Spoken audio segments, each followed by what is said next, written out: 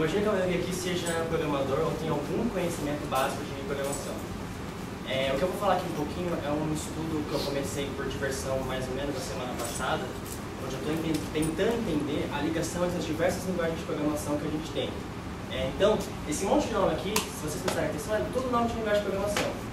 Não é nome exaustivo, não tem linguagens Microsoft, o Giovanni, desculpe, mas simplesmente porque eu não trabalho com Microsoft, então não lembrei mesmo. A gente contribui com isso. Perfeito, esse é um dos recados que eu queria deixar mesmo.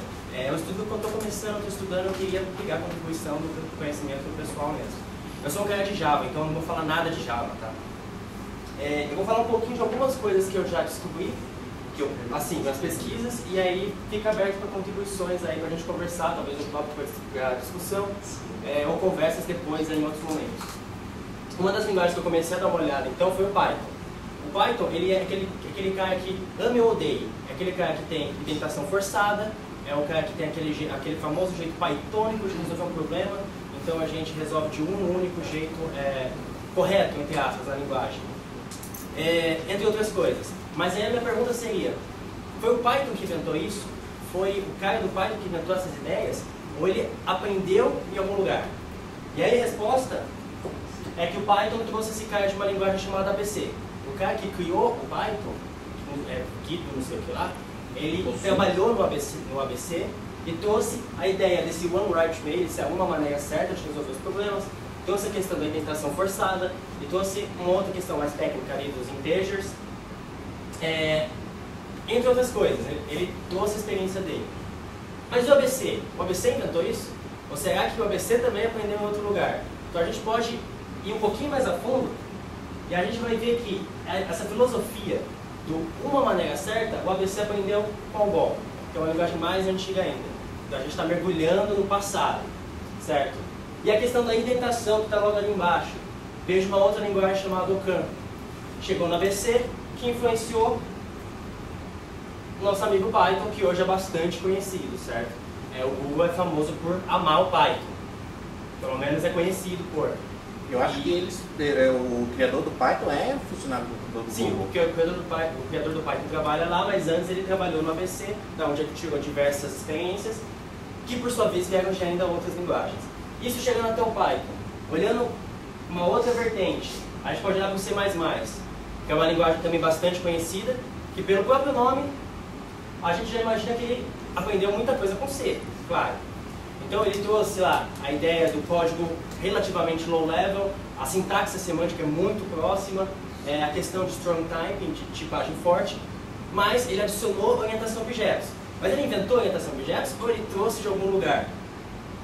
Ele trouxe de algum outro lugar. Alguém tem alguma ideia? De onde? Smalltalk? Não. Simula. Exatamente. Então, C++ trouxe a ideia de orientação a objeto de uma outra linguagem chamada Simula, não Smalltalk. Eu acho que se tivesse sido Smalltalk, o pessoal ia olhar para a orientação a objeto do C++ com mais prazer, porque o pessoal, você vê na comunidade muita gente xingando um pouco a orientação a objetos do C++.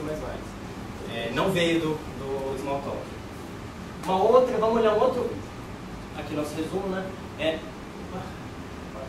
Uma outra linguagem que isso aqui, eu acho que vai ter muita gente que nunca ouviu falar. Eu também nunca tinha ouvido falar antes de começar a ler um pouco sobre o assunto.